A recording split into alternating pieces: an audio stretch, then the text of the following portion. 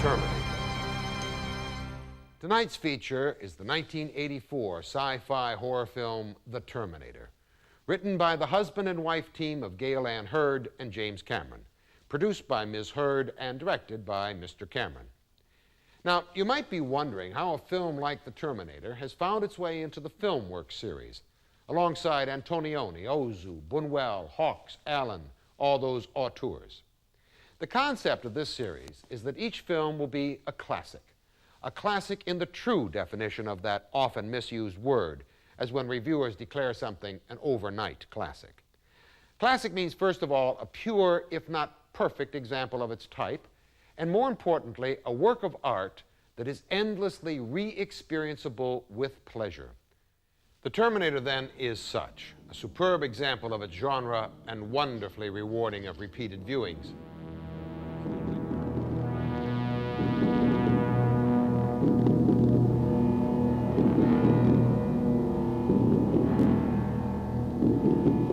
But still I hear those voices. Yes, but what about all that violence and Arnold Schwarzenegger? Here in the postmodernist world, we no longer distinguish between high art and low art because we unhypocritically recognize that what we now review as high art from previous centuries began as commercial and populist fare.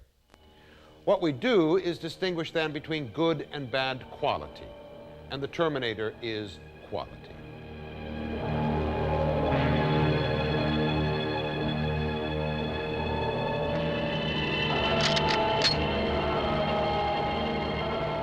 It's modern myth-making. And I don't mean myth here in the sense of Hollywood as the myth capital and filmmakers as myth makers, meaning fluffy entertainments to divert the masses.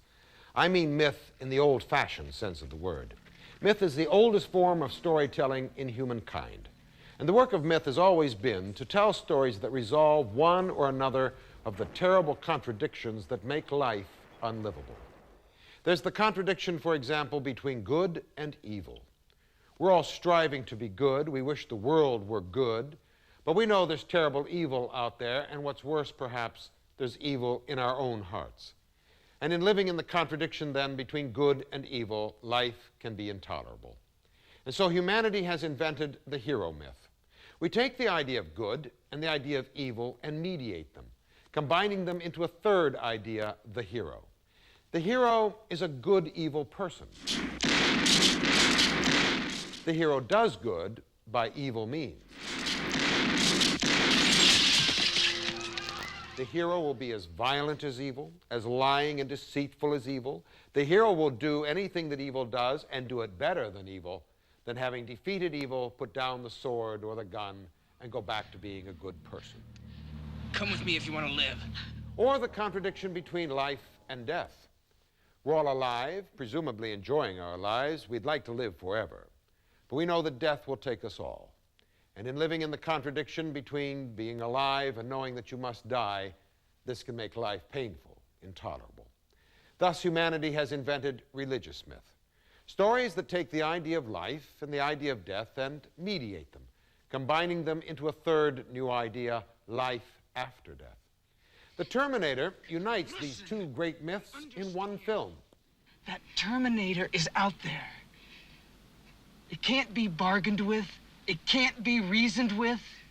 It doesn't feel pity or remorse or fear, and it absolutely will not stop, ever, until you are dead.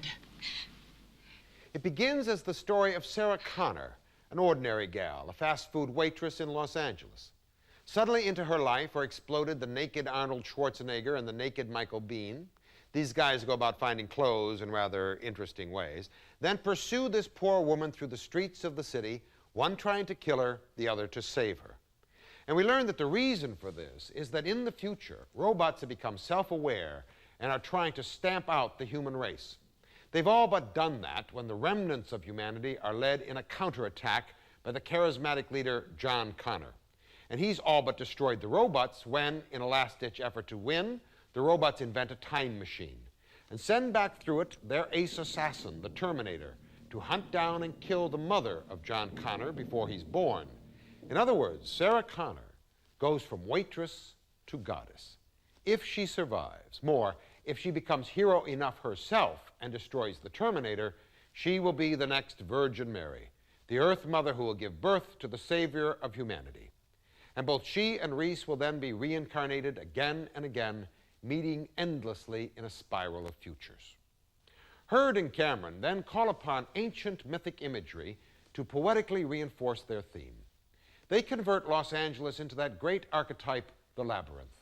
The streets, the alleys, the corridors of the buildings become cul-de-sacs and dead ends that twist and steer the protagonists and antagonists through a world of no escape until finally at the heart of the maze, Sarah Connor, like Theseus facing the Minotaur at the heart of the labyrinth of Crete, is face to face with the monster. And a word of praise for this monster.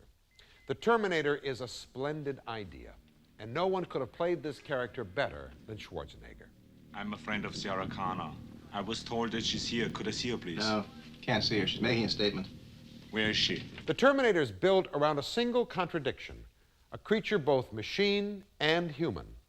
If he were only a machine, click, click, click, he might not be interesting. If he were only a man from the future, again, not interesting. But he's both, and the contradiction fascinates.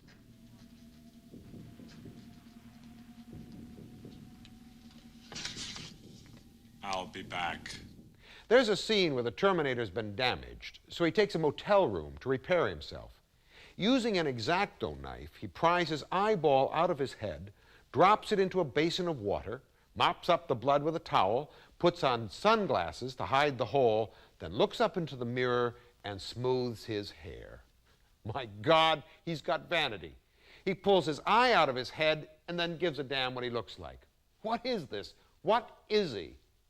Whoever gave that monster life loved the beast, the way Mary Shelley loved her Frankenstein's monster.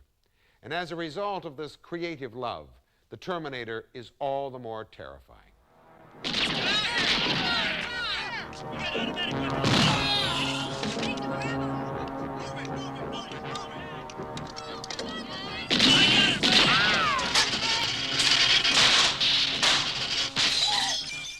And finally, the issue of violence in this film, a very emotional issue today, as there are many who claim that the rise of violence in society is actually caused by violence depicted on screen.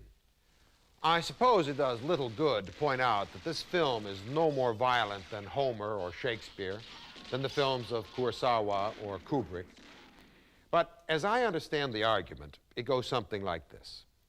We are cultured, civilized, educated people, and when we see violence on screen, we are revolted by it. Ah, but those uncultured, uncivilized, uneducated people, when they see violence on screen, they are not revolted by it. No, in fact, they are stimulated to imitate that violence in the streets. In other words, the argument against violence on screen seems to me inherently and covertly elitist and racist. The causes of violence in society are inequities and injustices that run so deep, that are so fundamental to our culture, that we haven't the courage to face the truth. And so we look for scapegoats. The real question to ask about any depiction of violence is, what is its spirit? Does it take pleasure in its cruelty? Now, some films decidedly do, and they are problematic, but certainly not The Terminator. It's no Quaker meeting by any means, but it's mock serious. Violence with a sense of style. And what style? Some of the most electrifying action filmmaking I've ever seen. And now, The Terminator.